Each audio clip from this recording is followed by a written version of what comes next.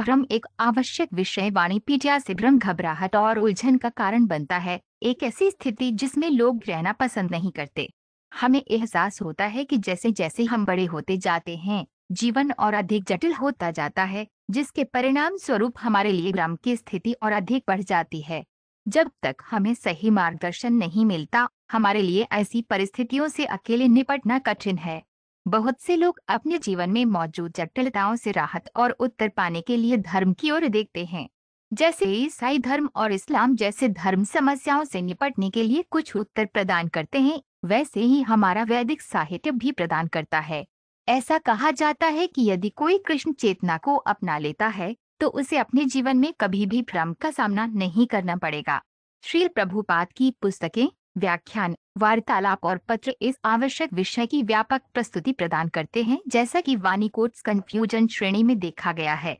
उनकी पुस्तकों का एक परिचय निम्नलिखित 8 उद्धरणों में दिया गया है। श्रील प्रभुपाद की पुस्तकों से उद्धरण: तथाकथित राजनीतिक नेता अपने राष्ट्र की भौतिक समृद्धि को आगे बढ़ाने की योजनाएं बनाने में व्यस्त हैं, लेकिन वास्तव में ये राजनीतिक नेता केवल अपने लिए एक ऊंचा पद चाहते हैं। भौतिक पद के लालच के कारण वे लोगों के सामने झूठे तरीके से खुद को नेता के रूप में पेश करते हैं और उनके वोट इकट्ठा करते हैं, हालांकि वे पूरी तरह से भौतिक प्रकृति के नियमों की चपेट में हैं। ये आधुनिक सभ्यता के कुछ दोष हैं। ईश्वर चेतना को अपनाने और ईश्वर के अधिकार को स्वीकार किए बिना जीवंत अपने योजना निर्माण प्रयासों में भ्रमित और निराश हो जाते हैं। श्रीमद्भागवत 4.2466। एक शुद्ध भक्त भगवत गीता पर भ्रामक टिप्पणियों से भ्रमित नहीं होता है, क्योंकि वह जानता है कि क्या है। भगवत गीता के मूल श्लोक सूर्य के समान स्पष्ट हैं, उन्हें मूर्ख टिप्पणीकारों से प्रकाश की आवश्यकता नहीं है। भगवत गीता के मूल श्लोक सूर्य के समान स्पष्ट हैं, उन्हें मूर्ख टिप्पणीकारों से प्रकाश की आवश्यकता नहीं है। भगवत गीता 11.51। अहिंसा। अहिंसा का अर्थ है कि व्यक्ति को ऐसा कुछ भी नहीं करना चाहिए जिससे दूसरों को दुख या भ्रम हो।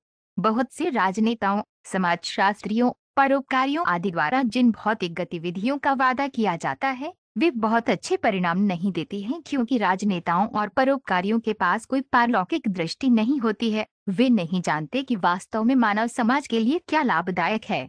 अहिंसा का अर्थ है कि लोगों को इस प्रकार प्रशिक्षित किया जाए कि मानव शरीर का पूर्ण उपयोग हो सके। मानव शरीर आध्यात्मिक अनुभूति के लिए है, इसलिए कोई भी आंदोलन या कोई भी आयोग जो उस लक्ष्य को आगे नहीं बढ़ाता है, मानव शरीर पर हिंसा करता है। भगवद गीता 5 अप्रैल 10। जो भगवान की सेवा में संलग्न नहीं है, वे भौतिक है और इस प्रकार लगी किसी भी चीज को छोड़ा नहीं जाना चाहिए। ऊंची गगनचुंबी इमारत के निर्माण और मंदिर के निर्माण में उत्साह भले ही एक जैसा हो, लेकिन प्रयास अलग अलग होते हैं, एक भौतिक और दूसरा आध्यात्मिक। आध्यात्मिक गतिविधियों को भौतिक गतिविधियों के साथ भ्रमित करके छोड़ नहीं देना चाहिए। भगवान हरि से जुड़ी कोई भी चीज भौतिक नहीं है।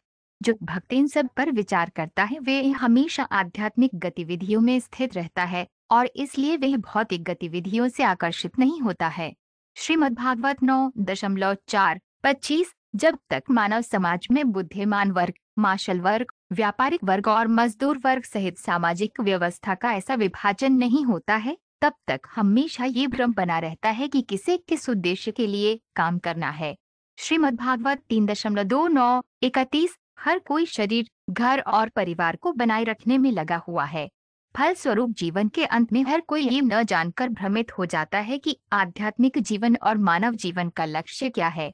इंद्रिय तृप्ति की सभ्यता में आध्यात्मिक जीवन नहीं हो सकता, क्योंकि व्यक्ति केवल इसी जीवन के बारे में सोचता है। हालांकि अगला जीवन एक सच्चाई है, इसके बारे में कोई जानकारी नहीं दी गई है। श्रीमद्भागवत 4.289। आत्मा और परमात्मा दोनों को एक होते हुए भी भिन्न समझना ही ज्ञान है। जो व्यक्ति गतिविधि के क्षेत्र को नहीं समझता है और गतिविधि का ज्ञाता पूर्ण ज्ञान में नहीं है, व्यक्ति को प्रकृति, पुरुष, प्रकृति का भोक्ता और ईश्वर, प्रकृति और व्यक्तिगत आत्मा पर प्रभुत्व या नियंत्रण करने वाला ज्ञाता की स्थिति को समझना होगा। किसी को भी तीनों को उनकी अलग अलग क्षमताओं में भ्रमित नहीं करना चाहिए। किसी को चित्रकार, पेंटिंग और चित्रफलक में भ्रमित नहीं होना चाहिए। ये भौतिक संसार जो गतिविधियों का क्षेत्र है, प्रकृति है और प्रकृति का भोक्ता जीव है, और इन दोनों के ऊपर सर्वोच्च नियंत्रक भगवान का व्यक्तित्व है। भगवद गीता 13.3। नारायण का एक शुद्ध भक्त कहीं भी और हर जगह जाने से कभी नहीं डरता। उसके लिए स्वर्ग और नर्क एक ही है। SB 6.1728। ऐसे भक्त पूरी दुनिया में घूमते हुए उन लोगों का उद्धार करते हैं जो वास्तव में इस भौतिक अस्तित्व से डरते हैं। कुछ लोग पहले से ही भौतिक अस्तित्व से घृणा करते हैं, भौतिक आनंद से भ्रमित और निराश होते हैं, और कुछ लोग जो बुद्धिमान हैं सर्वोच्च भगवान को समझने में रुचि रखते हैं। दोनों उस शुद्ध भक्त का लाभ उठा सकते हैं जो पूरी दुनिया में घूमता है। श्रीमद्भागवत 4.30-37।